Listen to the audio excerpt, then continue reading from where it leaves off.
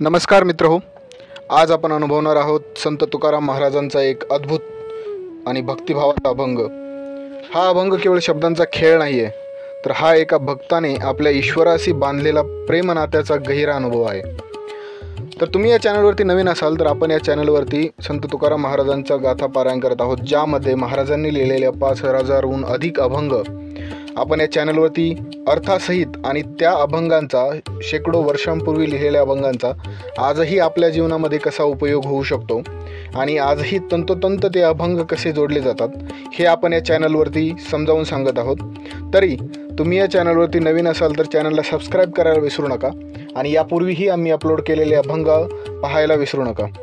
तर चला तर आपण या व्हिडिओमध्ये प्रथम अभंगाचं वाचन करणार आहोत, त्यानंतर शब्दशः अर्थ पाहणार आहोत आणि त्यानंतर आपण या अभंगातील प्रत्येक चरणाचा अर्थ, त्याचा आपल्या जीवनाशी संबंध आणि इतरही गोष्टींवरती चर्चा करणार आहोत। तरी चला आपण अभंगाला सुरुवात करूयात। तर प्रथम अभंग असा आहे।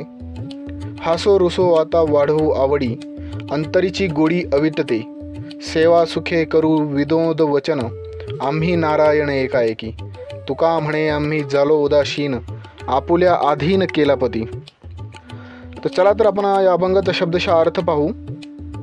हासो रुसो म्हणजे हास्य विनोद होऊ देत, रुसवे फुगवे होऊ देत। आता वाढवू आवडी म्हणजे आता या गोष्टींमध्येच आवडी वाढवत आहोत। अंतरीची गोडी म्हणजे अंतःकरणातील प्रेमाची गोडी, अविटते म्हणजे ती गोडी कधीच संपणार नाहीये।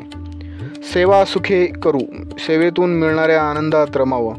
विनोद वचन म्हणजेच प्रेमळ बोललं पाहिजे, चपखल संवाद असला पाहिजे। आम्ही नारायण एकाएकी म्हणजे आम्ही नारायणाशी, भगवंताशी एकरूप झालो आहोत। तुका म्हणे, महाराज म्हणतात, आम्ही झालो उदासीन म्हणजे आम्ही संसारातल्या आसक्त जीवन सोडून वैराग्याकडे वळलेलो आहोत। आपुल्या अधीन केला पती म्हणजे भगवंतालाच खऱ्या अर्थाने जीवनसाथी मानलेला आहे। चला तर आपण या अभंगाच्या प्रत्येक चरणाचा अर्थ आणि स्पष्टीकरण पाहणार आहोत। प्रथम चरणामध्ये महाराज म्हणतात, हासो रुसो आता वाढवू आवडी, अंतरीची गोडी अविटते। संत तुकाराम महाराज म्हणतात, आता आम्हाला केवळ हास्य, रुसवे, गोड बोलणं आणि अशा प्रेमळ लहरी गोष्टींचाच आस्वाद आहे। हे रुसवे फुगवे कोणाबरोबर तर स्वतः विठोबाशी। हे शब्द सांसारिक नात्यासारखे वाटले तरी इथे जो संबंध आहे तो प्रेमाचा सर्वोच्च अनुभव आहे, म्हणजे भक्त आणि भगवंत यामधील असतो। अंतरीची ही गोडी आपल्याला एका अंतरीची गोडी लागली की ती कधी संपत नाही। या गोडीला ना वेळ लागतो ना परिस्थिती लागते, ती म्हणजेच निखळ आत्मसुखाची अनुभूती आहे। द्वितीय चरणामध्ये महाराज म्हणतात, सेवा सुखे करू विनोद वचन, आम्ही नारायण एकाएकी। आता आम्ही नारायणाशी एकरूप झालेलो आहोत, त्याची सेवा म्हणजेच आमचं सुख आहे। त्याच्याशी गप्पा मारणं, त्याच्यासोबत असणं म्हणजेच आमचं जीवन आहे। संतांच्या जगण्यातून हे स्पष्ट होतं की भक्ती ही कोरडी तपश्चर्या नाही, तर ती आहे प्रेमाची, आत्मसमर्पणाची आणि नित्य संगतीची कला। आता हा भक्त देवाशी एकाएकी म्हणजेच एकरूप झालेला आहे। शरीर वेगळं असलं तरी अंतरंगात तो हरिप्रेमातच विलीन झालेला असतो। पुढे महाराज म्हणतात, तुका म्हणे आम्ही झालो उदासीन, आपुल्या अधीन केला पती। महाराज स्पष्ट सांगतात की आता आम्ही जगातील आसक्तीपासून उदासीन झालेलो आहोत, म्हणजे जगातील आसक्तीपासून निवृत्त झालेलो आहोत, वेगळे झालेलो आहोत, बाजूला झालेलो आहोत। आणि आपुल्या अधीन केला पती म्हणजेच इथे पती म्हणजे परमात्मा, संसारातला पती नव्हे, आत्म्याचा खरा प्रिय।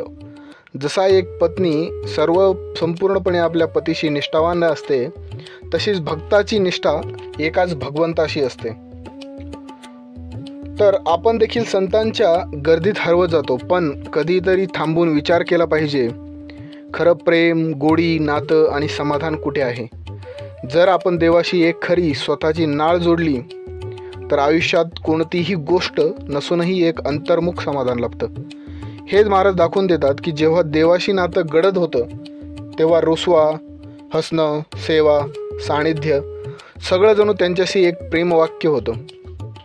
तर मित्रांनो, हा अभंग केवळ भक्तीचा नव्हे तर एक आदर्श आहे की देवाशी नातं हे रोजच्या संवादातून, सेवेतून आणि प्रेमातून वाढवायचं असतं। महाराज म्हणतात, आता आम्ही उदासीन झालो आहोत म्हणजेच जगाच्या भ्रमाला ओलांडून खऱ्या आनंदाला आम्ही स्पर्श केलेला आहे।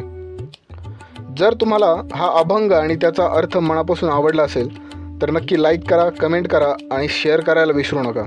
जर तुम्ही या चॅनलवरती नवीन असाल तर चॅनलला सबस्क्राईब करायला विसरू नका, कारण यापूर्वी सांगितल्याप्रमाणे आपण या चॅनलवरती संत तुकाराम महाराजांचं गाथ्याचं पारायण करत आहोत, ज्यामध्ये आपण 5000हून अधिक अभंग या चॅनलवरती अपलोड करणार आहोत. तर चॅनलला सबस्क्राईब करायला विसरू नका. पुन्हा भेटूयात पुढच्या अभंगामध्ये. तोपर्यंत धन्यवाद.